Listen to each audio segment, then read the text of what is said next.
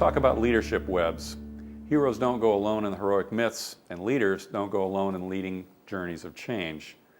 The foolish heroes that tried going it alone in the myths didn't survive. Leaders of change don't do much better. The leadership challenges presented by our world keep changing and are becoming more complex and more interdependent. They come one on top of another, and they require more people to take on more leadership roles and still others to be effective followers. The leadership structure that matches this challenge is a web of leaders and followers that are aligned and prepared to play their roles. Ensuring that leadership roles will be played by enough people at different levels of the organization is a critical task. Such a web is capable of providing the sustainable power, reach, credibility, and resilience that's required to successfully complete a journey. A leadership web is based on a strong core team, and then it extends outward into the organization. As with the spider's web, the leadership web also needs to be cared for and maintained. So there's a beginning where we start to build it from the center out, and then we maintain it. An effective web is a critical mass of leaders and followers that have a common understanding of the reason for the journey, where they're going, the relationships required, the roles that need to be played, and the strategies employed. Like a spider's web, leadership webs are designed to cover a wide area, providing tremendous strength and flexibility, while at the same time conserving resources. So what happens without webs? The dangers are many, and they can easily include the following. First, people of the organization intuitively know that it takes a web of leaders and immediately lose a degree of faith when they fail to see one developing. Second, without a focus on developing a web, potential leaders can be left without productive roles and supporting relationships. Third, without an extended web, leadership has inadequate reach into the organization. People are not consistently connected, and boundaries are often felt as barriers. Fourth, as journeys progress, leaders can simply wear out or get distracted. And fifth, under pressure, leadership can become inflexible and increasingly rigid or lose form and focus.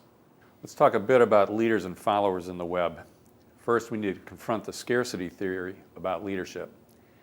And that has to do with the fact that leaders are still usually portrayed as few in number and significantly different than their followers in terms of characteristics and competencies.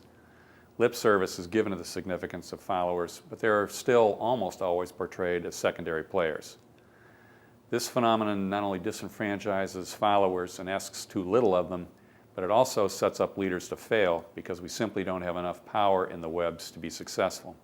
Another limiting factor has been that leaders and followers are usually talked about as though the person is always in one role. He or she is a leader, or he or she is a follower. The reality for most of us is that we are sometimes in leadership roles and sometimes in follower roles.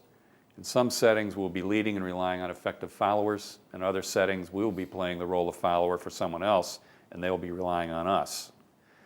The good news is that the slowly emerging wisdom proposes that the basic characteristics and capabilities of effective leaders and effective followers are very similar, and what differentiates them is the role they're playing in a particular situation at a particular time.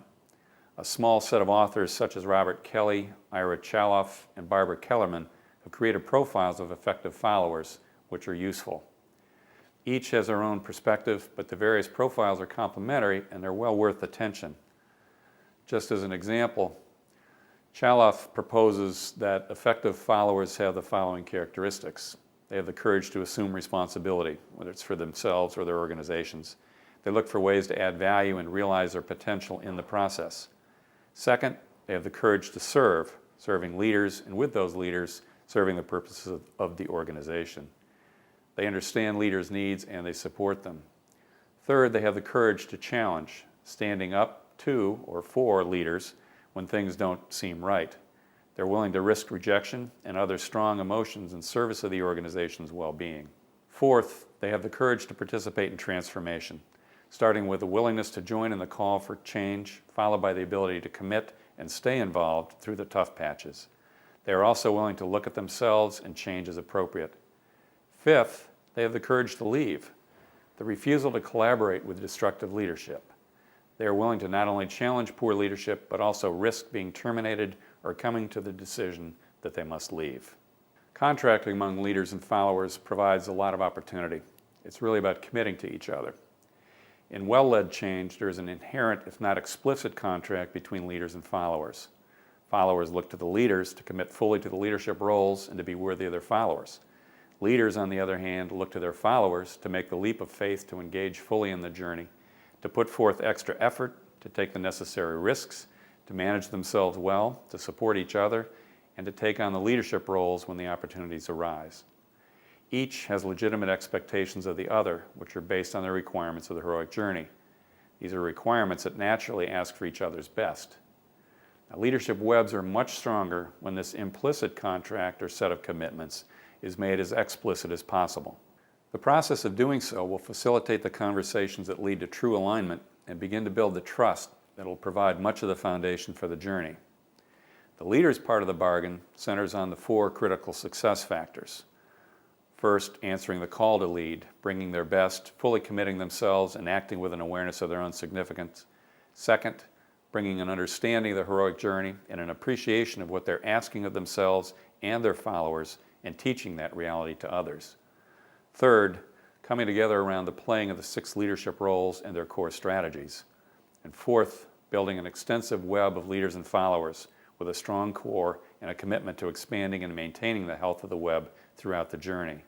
The followers part of the bargain really has 2 parts. One is actively supporting leaders, and the other is actively challenging leaders. The key for followers is to earn credibility through supporting leaders so that their challenges come from a supportive context. Without the appropriate challenges of followers, leaders can easily go astray over the course of a journey. On the other hand, without the support, they won't be effective even if on the right path, and they probably won't be as open to the challenges. Let me just give you 6 characteristics of support from effective followers. First, they commit. They let leadership know they're ready to support them, and they demonstrate it. Second, they attend. They pay attention to what leaders may need at any point in time, from information to emotional support. Third, they reinforce. They actively reinforce leadership's messages. Fourth, they model. They model the desired behaviors. Fifth, they lead. They play the leadership roles at the appropriate scale and in the appropriate setting. And sixth, they challenge. They challenge each other to be effective followers. Now, the reality is it takes an initial investment of time and effort to build a leadership web, as well as provide the ongoing maintenance. But the return is well worth the investment, particularly over time. One way to think about it is that if we think the cost is high to create and maintain a leadership web, how high is the cost of trying to lead without one?